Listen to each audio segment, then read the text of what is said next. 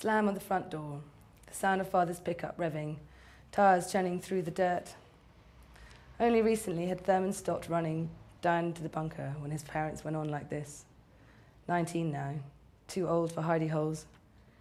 He walked through the house towards Mum's bedroom, wading through the quiet Father's absence shaped. She was lying in the dark. He stepped towards the bed. "Mum? For mercy's sake, Thurman." And so he echoed Father's flight, slamming the screen door behind him, stomping down the veranda steps, and revving the old, oil-guzzling jalopy. As the track bent due north, he could see the wink of Father's brake lights in the distance. 2 red squares, burning then departing beyond the high ridge of the mesa. He rubbed his eyes. The evening heat made him unctuous and snarky. He peeled his shirt from his back and cranked down the window. 40 minutes later, he was driving through the town, along the length of the main thoroughfare, out past the bars and down by the railway tracks. It was here that he slowed to a crawl, one finger on the steering wheel. Father's Dodge pickup with its repair spots and creased fender, the tarp and orange ropes rolled up on the bed, was parked behind a station wagon.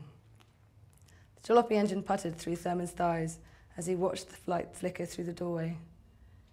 Everyone knew it was the brothel, Father's weekly toot.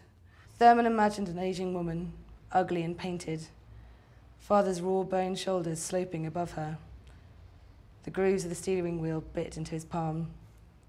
Often Father would return home drunk and incensed from one of these weekly trips, and Thurman would run to his room and crouch on the floor, thighs pressed against his chest, praying in his dread-filled way for them to stop, for it to stop, trying to remember a time when things were different. But there was never such a time.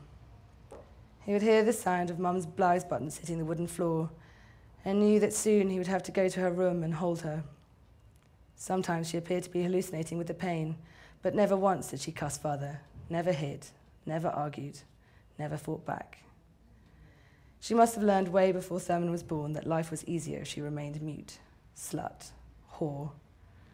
Thurman would lie in the dark, picturing her biting lips, moaning the moan of a good wife because she knew that if she uttered a wrong word, Father would drop his fist onto her face. Cunt. When he thought about Father, it was always the old man's hands he saw in his mind. Whopping great shovels, always active, never out on the ranch or at home. Nothing Father could not make nor fix.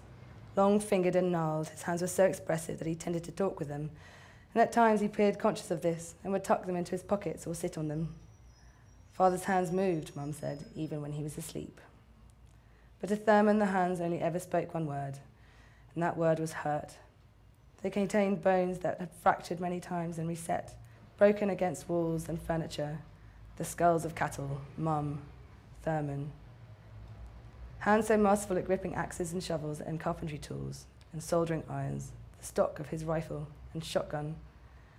So useful for overturning a table with a single effortless flick, for giving backhands so fast it was heard before it was felt, for grabbing a fistful of hair and smashing heads into walls. In comparison, Thurman's hands were clumsy, with square-tipped sausage fingers. He was the exact opposite of a punk kid, and Father would often take him angrily to task for having failed to fight back, for being mice-like, meek.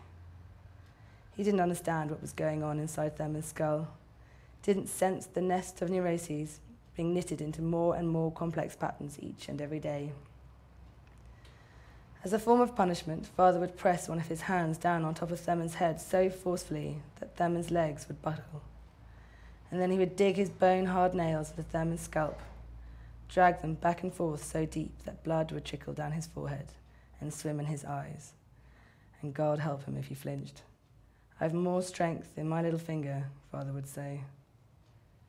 Thurman put the pickup into gear and drove towards the highway.